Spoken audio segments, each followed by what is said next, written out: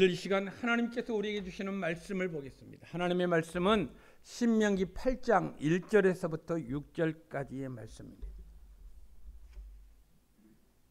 신명기 8장 1절에서부터 6절까지의 말씀입니다. 이 계시된 하나님의 말씀을 제가 봉독합니다. 신명기 8장 1절에서부터 6절까지의 말씀입니다. 이 계시된 하나님의 말씀을 제가 봉독합니다. 내가 오늘 명하는 모든 명령을 너희는 지켜 행하라. 그리하면 너희가 살고 번성하고 여호와께서 너희의 조상들에게 맹세하신 땅에 들어가서 그것을 차지하리라. 내 하나님 여호와께서 이 40년 동안에 내게 광야길을 걷게 하신 것을 기억하라. 이는 너를 낮추시며 너를 시험하사 내 마음이 어떠한지 그 명령을 지키는지 지키지 않은지 알려 하심이라. 너를 낮추시며 너를 줄이게 하시며 또 너도 알지 못하며 내 조상들도 알지 못하던 만나를 내게 먹이신 것은 사람이 떡으로만 사는 것이 아니요 여호와의 입에서 나오는 모든 말씀으로 사는 줄을 내가 알게 하려 하심이니라. 이 40년 동안에 내 의복이 헤어지지 아니하였고 내 발이 부르트지 아니하였느니라. 너는 사람이 그 아들을 징계함 같이 내 하나님 여호와께서 너를 징계하시는 줄을 마음에 생각하고 내 하나님 여호와의 명령을 지켜 그의 길을 따라가며 그를 경외할지니라. 아멘.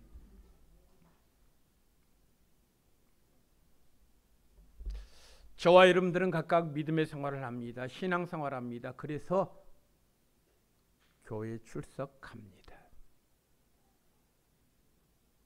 교회 출석하면 다 행복할 것 같지만 그렇지 않는 사람들도 의외로 많습니다. 여러분, 신앙생활하는 사람 가운데, 예수 믿는 사람 가운데 가장 불쌍한 사람이 어떤 사람이라고 여러분들은 생각하십니까?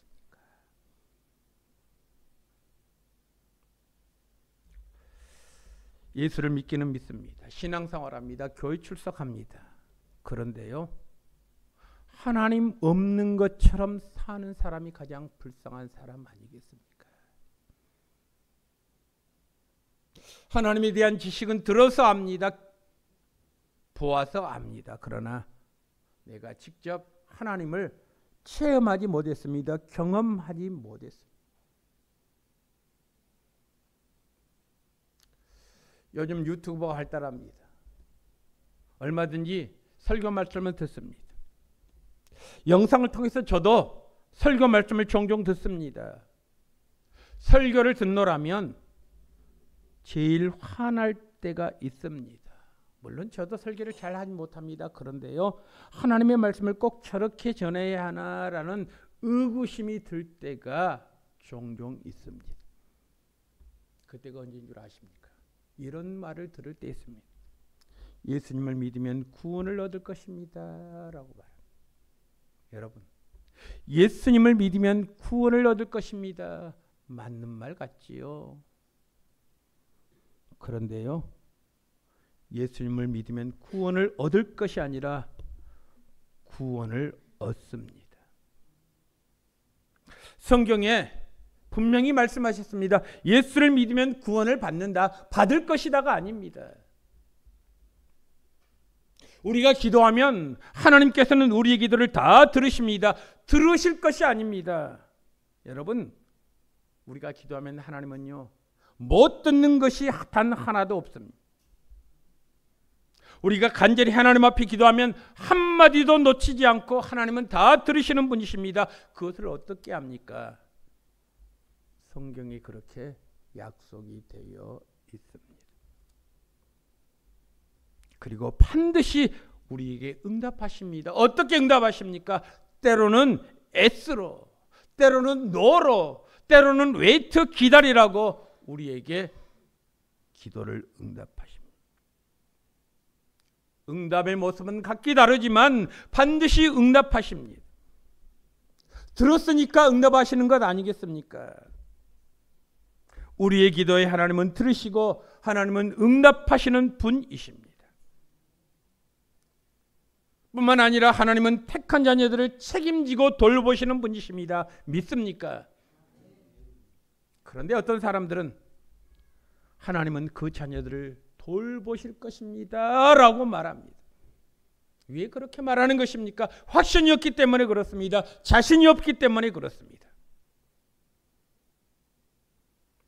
우리가 하나님 앞에 믿음으로 응답하면 누릴 수 있는 수많은 기적들, 하나님의 능력이 우리의 믿음 없음으로 말미암아 누리지 못하는 경우들이 얼마나 많은지 모릅니다. 먼저 그 나라와 그 의를 구하라, 그리하면 이 모든 것을 너에게 더하시리라 말씀하셨습니다. 여러분, 저와 여러분들이요, 하나님의 나라와 그 의를 먼저 구하면 우리의 삶에 필요한 모든 것을 하나님께서 책임져 주시는 분이십니다. 내가 먼저 하나님의 일을 하기 때문에 하나님도 먼저 내 필요한 것을 채워주시는 분이라는 말씀이지요. 우리가 하나님께 순종하면 하나님은 그 사람을 끝까지 책임져 주시는 분이십니다. 그런데 사람들은 이 말을 믿지 못합니다. 그래서 하나님께 순종하기보다는 더 힘이 있고 더 능력 있어 보이는 사람에게 더 매달리는 우리들의 모습 아닙니까? 여러분, 지혜가 부족하다고 느낄 때 하나님께 지혜를 달라고 기도하면 하나님은 지혜를 주시는 분이십니다. 내 머리로는 안 되는 일도 하나님께서는 되게 하십니다. 나에게 능력이 부족할 때에도 기도하면 주님께서는 우리에게 능력을 주십니다. 아무리 병이 오래되어도 하나님께서 일어나 내 자리를 들고 일어나라 하시니까요, 38년 된 병자도 일어나 걸어가잖아요. 우리가 그것을 말씀을 통해서 알고 있지 않습니까? 한마디로 말해서 그리스도인의 삶이란 믿음으로 사는 삶. 그래서 오늘 설교 제목이요, 믿음으로 사는 삶이라 그렇게 정했습니다. 여러분, 비록 내 자신이 그리스도인이어도, 예수 믿는 사람이어도, 교회 출석에도 믿음으로 살지 않으면 그때부터는 불신자보다 더 비참해진다는 사실을 여러분 알아야 합니다. 그러므로 믿음에는요, 시시때때로 몸이 필요합니다. 결단이 필요합니다. 그런데 사람들은 하나님이 함께 하시는데도 실패할까 두려워합니다. 그래서 믿음으로 살지 않습니다. 계산으로 살기 시작합니다. 우리가 주산을 튕깁니다. 이렇게 하면 어떤 결과가 올 것인가 지레짐작합니다. 이런 사람은 하나님의 능력도 하나님의 살아계심도 결코 체험할 수 없습니다. 왜요? 자기 계산에 믿음을 막아버리기 때문에 그렇습니다. 우리에게는 꿈이 있습니다. 비전이 있습니다. 꿈과 비전은 나이를 초월합니다. 하나님을 향한 꿈만 분명하면 나이가 어찌 문제가 되겠습니까? 사명이 있으니까 모세는 80이 되어도 하나님께서 부르십니다. 여러분, 11조도 마찬가지입니다. 인간적으로 계산해 보면 빠듯한 재정에 사고 싶은 것도 못 사고 그나마 10분의 1을 하나님께 드리면 더 빠듯하게 살지 않을까 생각합니다. 맞습니다. 계산적으로 따지면 빠듯할 수밖에 없습니다. 그런데요, 그 계산에 하나님이 빠졌습니다. 하나님께서 들어가면 계산이 달라집니다. 하나님께 들어가면 계산이 무한대로 나옵니다. 왜요? 모든 것이 다 하나님께로부터 왔기 때문에 그렇습니다. 오죽하면 하나님께서 11조로 나를 시험해 보라고까지 말씀하셨겠습니까? 다른 모든 것들은 믿고 나를 경험해 보라 말씀하시는데 11조만큼은요, 시험해 보라고 말씀하셨습니다. 하나님을 시험해 보지 않는 사람이 어떻게 하나님의 전능하심과 하나님의 능력을 경험할 수 있겠습니까? 여러분 기억하십시오. 우리의 삶은 우리의 힘으로 사는 것이 아닙니다. 내 능력으로 사는 것이 아닙니다. 우리의 삶은요, 하나님의 도우심으로 삶을 사는 것입니다. 그런데 사람들이 가장 잘 넘어가는 말이 뭔지 아십니까? 특별히 믿는 사람들에게 꼭 걸려 넘어지는 말이 있습니다. 그것이 무엇인 줄 아십니까, 여러분? 예수를 믿어도 할 것은 해야 해라고 말하는 사람. 우리가 예수를 믿지만 예수는 예배당 안에서만 믿고 예배당 문을 떠나면 우리는 해야 할 것을 해야 한다라고 말을 합니다. 그래서 무슨 일이 있을 때 적당히 뇌물을 주어야 합니다. 무슨 일을 이루기 위해서 아부도해야 합니다. 그 목표를 성취하기 위해서 술자리에도 오르려야 합니다. 처세를 해야 한다라고 생각합니다. 여러분, 처세를 잘하는 것이 좋지만 인생의 성패가 처세술에 달려 있는 것이 아님을 우리는 기억해야 합니다. 인생은 처세술에 달려 있지 않고 하나님 앞에 달려 있습니다.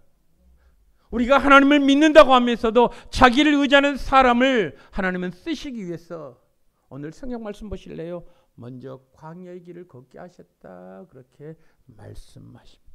왜 광야의 길을 걷게 하셨습니까? 그 이유가 무엇입니까? 우리를 낮추기 위해서였다라고 했습니다. 여러분, 오늘 본문 2절 말씀 보십시오. 주님께서 이렇게 말씀하십니다. 내 하나님 여호와께서 이 40년 동안에 내게 광야길을 걷게 하신 것을 기억하라. 잊지 말라는 것이죠. 왜 광야길을 걷게 하셨는가? 이는 너를 낮추시며 너를 시험하사 내 마음이 어떠한지 내가 하나님의 명령을 지키는지 지키지 않은지를 알려 하려 하심이니라 말씀하셨습니다. 여러분, 기억하라는 것입니다. 내가 지금까지 어떻게 살았는가 한번 되돌아보시기 바랍니다. 하나님께서 이스라엘 백성들에게 40년 동안 너희들이 고생하지 않았느냐? 왜 고생했는가를 한번 기억하라는 것입니다. 여러분, 하나님께서 이스라엘 백성들을 40년 동안 광야에서 고생하게 하신 이유를 오늘 8장 2절에 말씀하고 있지 않습니까? 한마디로 말하면 왜 그들이 고생했습니까? 교만 때문이었습니다. 어떤 교만입니까? 이스라엘 백성들은 하나님의 도우심을 입을 때마다 자기들이 잘나서 그런 줄을 알았습니다. 우리가 열심히 하고 그 뒤에 하나님의 도우심이 있었다라고 생각했습니다. 내가 중심입니다. 하나님은 나중입니다. 내가 열심히 하면 하나님도 내 편이라고 생각했습니다. 그런데 어느 날부터 그렇게 안 되는 것입니다. 내가 열심히 살았습니다. 그런데 여전히 광야 생활입니다. 남보다 더 일찍 열심히 일어나서 밤늦게까지 일했습니다. 그런데 돌아보니까요, 고생길입니다. 다른 사람보다 더 일찍 일어나고 더 열심히 일하는데 안 풀리는 것들이 많습니다. 왜 그렇습니까? 내가 주인이요, 내가 중심에 있기 때문에 그러는 것 아니겠습니까?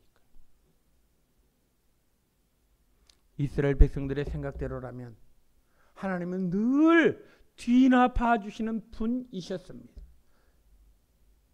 자기들이 앞에서 열심히 달려가고 하나님께서 뒤에서 밀어주시면 된다라고 생각했습니다. 그런데 그것은 잘못된 생각이었습니다. 여러분, 하나님께서 먼저 인도해 가시고 그들이 하나님의 인도함을 받아서 따라간 것입니다. 그런데 자기들이 열심히 살았더니 된다는 것으로 그들은 착각했습니다.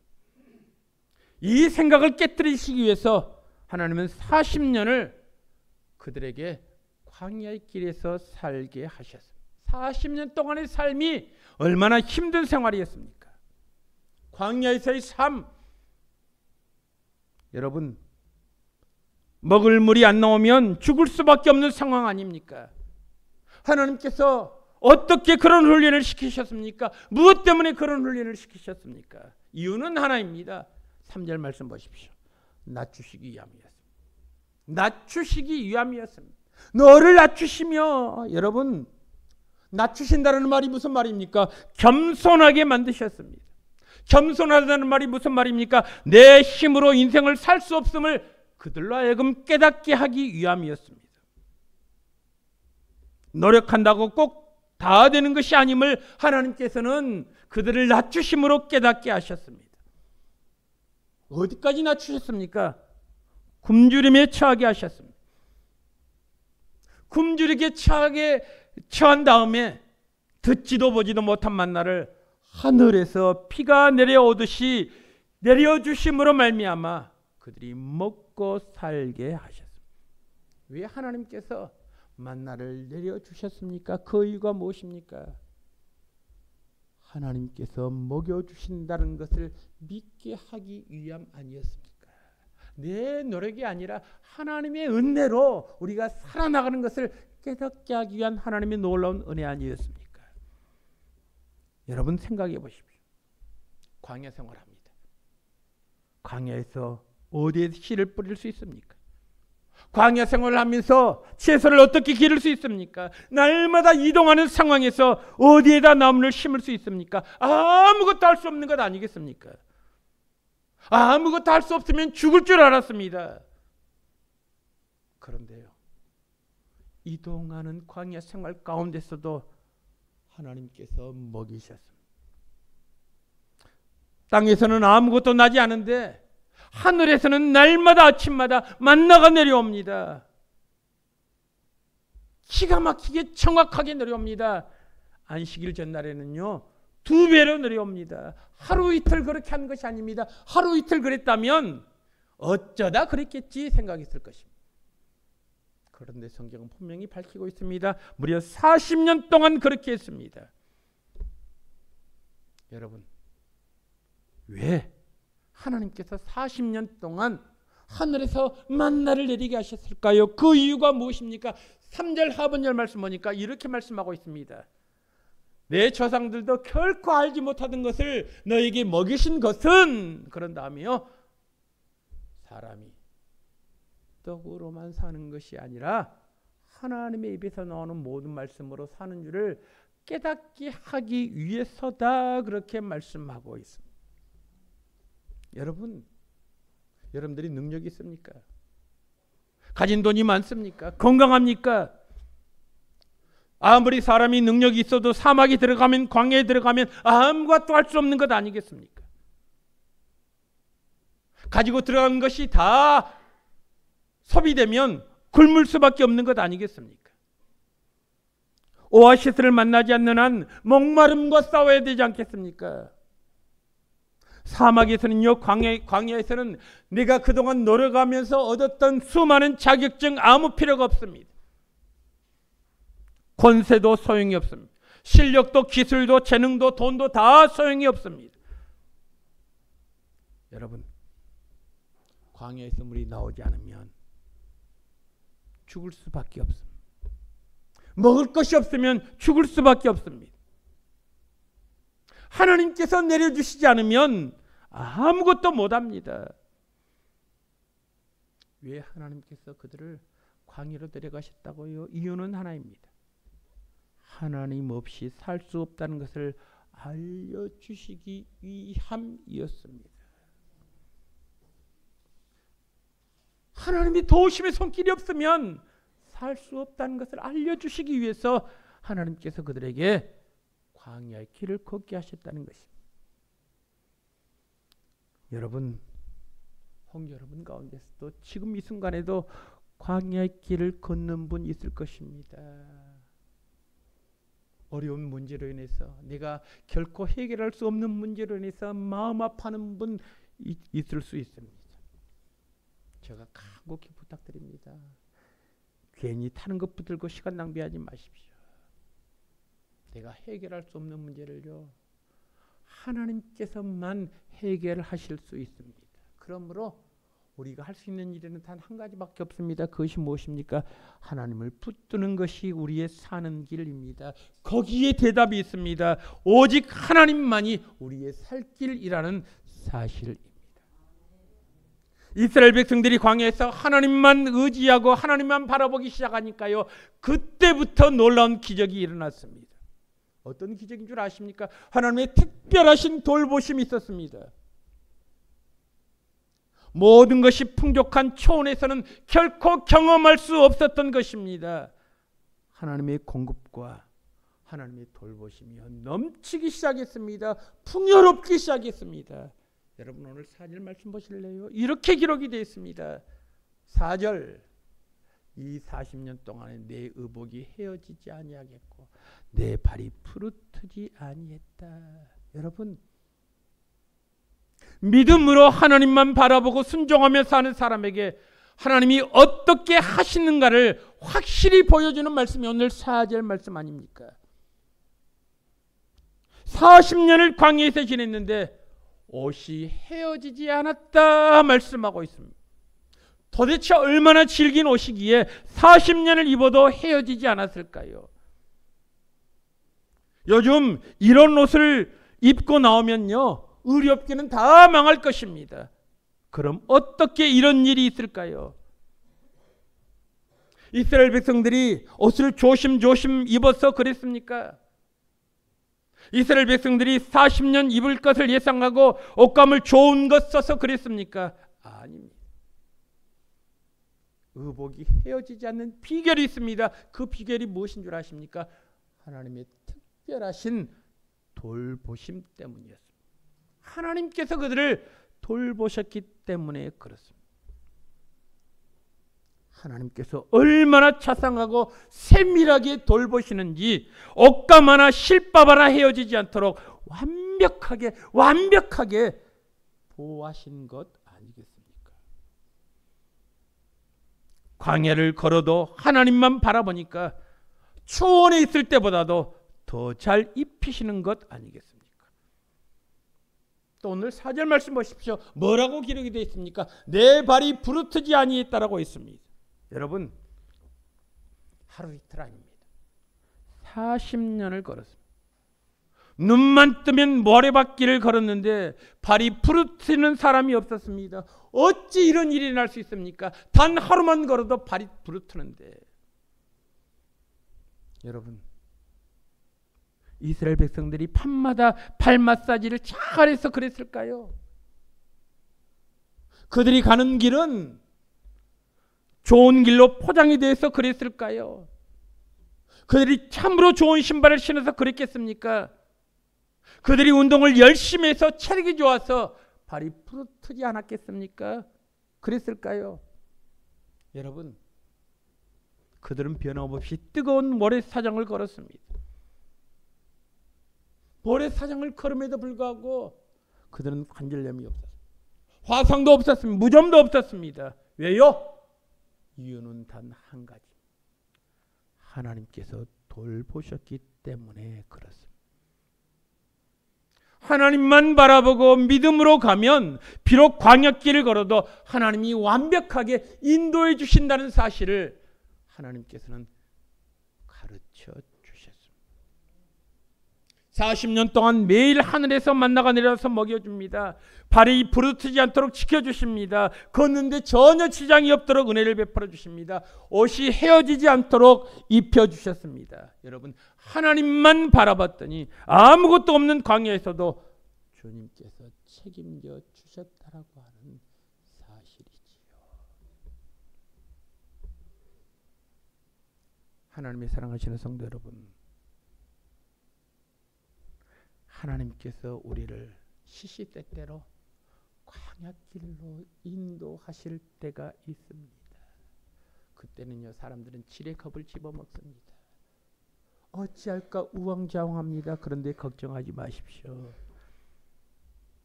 비록 우리의 삶이 광야에 있다고 할지라도 그럼에도 불구하고 하나님만 바라보면 하나님은 머리카락 하나 상하지 않도록 우리를 돌보아 주신다는 사실입니다. 예수님은 마태복음 6장 25절 이하에서 믿는 자들이 무엇을 입을까, 무엇을 마실까, 무엇을 먹을까 이런 것 때문에 염려하지 말라고 말씀하셨습니다. 왜 염려하지 말라고 하셨습니까? 이런 문제는 하나님께서 책임지시는 문제인데 뭘 그런 것을 가지고 염려하느냐는 것입니다. 그 염려할 대신에 너희들이 해야 될 것이 있다라고 했습니다. 뭐라고 말씀했습니까? 너희는 먼저 그의 나라와 그의 일을 구하라 그렇게 말씀하셨습니다. 먼저 구하면 나머지는 하나님께서 책임져 주신다라고 말씀하셨습니다. 사람들은 자기 일에 바빠서 하나님의 일은 뒷전으로 밀어놓을 때가 얼마나 많습니까? 내 바쁜 일이 다 끝나고 난 다음에 뒷전에 있는 하나님의 일은 시간이 남으면 해야 되겠다라고 생각하는 경우들이 얼마나 많습니까? 그런데 이것이요, 하나님의 능력을 체험하지 못하는 주된 요인이라고 하는 사실입니다. 여러분 한번 가만히 생각해 보십시오. 저를 포함해서 모든 사람 참으로 어리석기 짝이 없습니다. 그렇게 사람에게 상처를 받았습니다. 그렇게 사람 때문에 힘들었습니다. 그 사람 때문에 시험 들었습니다. 그러면서 또다시 사람을 바라봅니다. 또다시 사람에게 매달립니다. 그럴 때마다 하나님은 사람이 해답이 아님을 알게 하십니다. 사람에게서 쓴맛을 보게 하십니다. 그러면 좀 깨달아야 할 것인데 쓴맛을 보고도 그것을 깨닫지 못하고 또다시 사람을 의지합니다. 왜 세상에는, 그리고 교회 안에는 사람들 때문에 상처받는 사람들이 그렇게 많습니까? 그 이유가 무엇입니까? 상처 치유받기 위해서 나오는데 왜 도리어 더 큰 상처를 받는 것입니까?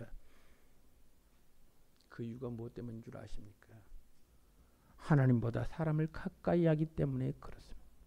다시 말하면 정답이 아닌 것을 붙들고 있기 때문에 하나님은 깨닫게 하시려고 때로는 쓴맛을 보게 하십니다. 그럴 때마다 여러분 반항하지 마십시오. 그럴 때마다 여러분 하나님을 가까이 하십시오. 그러면 하나님을 가까이 하면 비록 광야의 삶을 산다고 할지라도 하나님께서는 기적을 체험할 수 있도록 우리에게 은혜를 베풀어 주신다라고 하는 사실. 여러분, 광야에서 기적을 체험하는 삶, 저는요 이것을 믿음으로 사는 삶이라고 바꾸어 부르고 싶습니다. 믿음으로 삶을 사는 삶. 여러분, 우리가 믿음으로 사는 삶이란 과연 어떤 삶일까요? 저는 세 가지 삶이라고 생각합니다. 믿음으로 산다. 무엇이 믿음으로 사는 것입니까? 무엇이 믿음 생활하는 것입니까? 저는 세 가지라고 생각합니다. 그 첫 번째가 무엇인 줄 아십니까? 그 첫 번째가 내가 먼저 해야 될 일들을 먼저 하는 우선순위가 먼저 두는 삶. 우선순위를 두는 삶이 첫 번째 요인이라고 생각합니다. 우리들은 먼저 해야 할 것이 있습니다. 나중에도 괜찮을 것이 있습니다. 그런데 먼저 해야 할 것은 먼저 해야 합니다. 나중에 할 것은 나중에 하는 삶입니다.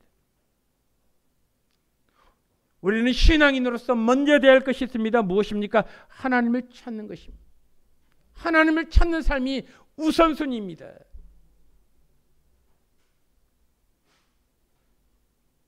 여러분, 하나님을 찾는 삶이란 어떤 일인 줄 아십니까? 교회 일에 우선순위를 두는 삶. 주의 일에 우선순위를 두는 삶입니다. 어디에 그뿐입니까? 목회자를 도와서 함께 사역하는 삶입니다. 먼저 하나님 앞에 영광 돌리고 감사하고 하나님의 것을 하나님께 드리는 삶입니다. 이것이 바로 우선순위를 두는 삶이라고 저는 감히 말할 수 있겠습니다. 이것이 바로 믿음으로 사는 삶 아니겠습니까? 그런데 우선순위를 두기 위해서는 우리가 또 해야 될 것이 있습니다. 두 번째 해야 될 것이 무엇인 줄 아십니까? 하나님의 주인 되심을 우리가 인정해야 합니다. 우선순위를 두려면 하나님의 주인 되심을, 하나님의 주권을 인정해야 합니다. 여러분, 모든 좋은 것은요 다 하늘 아버지께로부터 옵니다. 여호와를 경외하는 것이 지혜의 근본이요. 잠언 1장 7절 말씀 보니까 여호와를 경외하는 것이 지혜의 근본이다.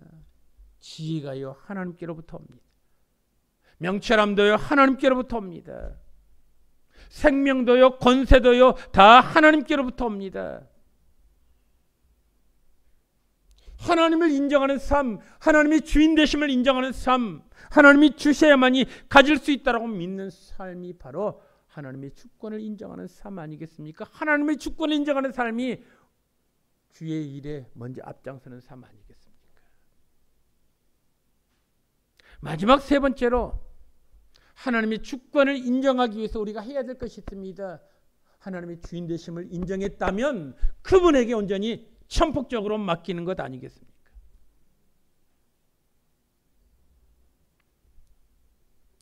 하나님께서 가라고 하면 가는 것입니다. 오러 가면 오는 것입니다. 우리는 시시때때로 이런 변명을 늘어놓습니다. 준비가 부족합니다. 실력이 안 됩니다. 말을 못합니다. 경험이 적습니다. 여러분, 이런 말 할 필요가 없습니다. 왜요? 주인 되신 하나님께 순종하면 나머지는 하나님께서 다 해결하시기 때문에 그렇습니다. 믿음의 많은 사람들이 그런 삶을 살았습니다. 하나님께서 지팡이를 들어서 홍해를 가리키라 명하시니까 그 명대로 가르쳤더니 물이 갈라졌습니다. 반석을 두드리라 명하시니까 두드렸으니까요 물이 콸콸 쏟아지는 것 아니겠습니까? 내 자리를 들고 일어나 걸어가라 말씀하시니까요 아무리 병이 오래됐어도 일어나 걸어갔습니다. 맡기니까 문제가 해결되는 것 아니겠습니까? 주인 되시는 그분의 말씀을 온전히 의지하니까 맡길 수 있었습니다. 맡기니까 해결할 수 없는 문제가 해결되는 것 아니겠습니까? 주님께서 실로암 연못에 가서 씻으라. 씻으니까요 눈이 밝아졌습니다. 여러분, 맡긴다는 말이 무슨 말입니까? 내가 그 문제를 가지고 고민하지 않는 것입니다. 내 의견, 내 생각을 고집하지 않는 것입니다. 이것이 맡기는 삶 아니겠습니까? 하나님이 하라는 대로, 인도하는 대로 가는 것입니다. 우리의 모든 필요는 위에 계신 하나님께로부터 내려오는 것입니다. 모든 공급은 위에서 이루어집니다. 그러므로 우리들이 할 일이 무엇인 줄 아십니까? 위를 바라보는 것입니다. 하늘을 바라보는 것입니다. 하나님을 믿고 의지하는 것입니다. 그런데 땅을 바라봅니다. 땅을 바라보는 순간 우리의 삶이 비참해집니다. 땅을 바라보는 순간 사람을 의지하게 되어 있습니다. 땅을 바라보는 순간 인간관계 그 문제로 고민하지 않을 수 없다는 것입니다. 하나님의 사랑하시는 성도 여러분, 오늘 성경이 우리에게 주는 교훈이 있습니다. 그것이 무엇인 줄 아십니까? 우리들에게 믿음으로 삶을 살라고 간절히 말씀하고 있습니다. 성경적인 지식으로 삶을 살라고 말씀하지 않았습니다. 신앙의 경륜으로 삶을 살라고 말씀하지 않았습니다. 믿음으로 삶을 살라. 여러분, 그렇습니다. 믿음으로 삶을 살라는 것이 무엇입니까? 여러분 꼭 기억하십시오. 우선순위를 하나님께 두는 삶이 믿음으로 삶을 사는 것입니다. 믿음으로 삶을 사는 것이 무엇입니까? 하나님의 주인 되심을 인정하는 것입니다. 하나님의 주인 되심을 인정한다면 모든 문제를 그분께 위탁 맡기는 것입니다. 이것이 바로 믿음으로 사는 삶 아니겠습니까? 우리 그리스도인들에게 치명적인 약점 하나가 있습니다. 무엇인 줄 아십니까? 예배당 내에서는 모두가 다 경건함, 정직함, 그야말로 주님의 신실한 제자들입니다. 그런데 예배당 문을 떠나는 순간 우리의 삶은요, 세상 사람들보다 더 못한 삶을 살 때가 얼마나 많습니까? 그것이 문제 아니겠습니까? 그러니까 주님께서 우리에게 요구하시는 것이 있습니다. 믿음으로 삶을 살라. 어디에서? 예배당 안에서뿐만 아니라 밖에 나가서 세상에서 삶을 살 때에 믿음의 소중함을 깨닫고 하나님 앞에 우선순위를 두고 하나님의 주인 되심을 고백하면서 그분 앞에 맡기면서 주님의 인도하심대로 삶을 살라. 이것이 성경이 우리에게 가르치는 진리의 말씀 아니겠습니까? 여러분, 광야 생활하는 이스라엘 백성들, 그들이 가진 것이 있었습니까? 마실 물이 있었습니까? 입을 옷이 있었습니까? 신을 신발이 있었습니까? 무엇을 경작할 힘과 능력이 있었습니까? 단 아무것도 없었습니다. 그런데 하나님의 말씀에 순종했더니 하나님께서 그들이 미처 생각하지 못했던 부분까지라도 하나둘 다 해결해 주시지 않았습니까? 그래서 오늘 신명기 8장 1절에서부터 6절까지 말씀을 보면 오늘날 이 시대를 살아나가는 우리들에게 모든 것을 가지고 있다라고 생각하는 우리들에게 주님께서 들려주는 말씀이 있습니다. 그것이 무엇인지 아십니까? 하나님이 주인 되심을 고백하고 그분께 맡기는 삶을 살라. 이것이 내가 믿음으로 사는 삶이다 말씀합니다. 여러분, 그렇습니다. 오늘 주님께서 우리에게 주신 이 말씀을 다시 한번 마음판에 새기고 하나님, 내가 믿는 자로서 교회 안에서만 믿는 것이 아니라 교회 밖에서 세상에서도 내가 믿음의 사람으로서 부정함이 없는 그러한 정직하고 복된 삶을 살 수 있도록 은혜를 다하여 주옵소서. 이런 믿음의 고백과 다짐이 우리 성도들에게 있기를 주님의 이름으로 축원합니다. 하나님 아버지, 감사합니다. 은혜 다하여 주시니 감사합니다. 하나님, 간절히 기도드리옵기는 우리는 주님을 믿노라 하면서도 믿지 못하고 의심할 때가 얼마나 많습니까? 하나님 아버지, 간절히 기도드리옵기는 믿기는 믿지만 하나님이 없는 것처럼 우리가 삶을 살 때가 얼마나 많습니까? 하나님에 대해서 많이 압니다.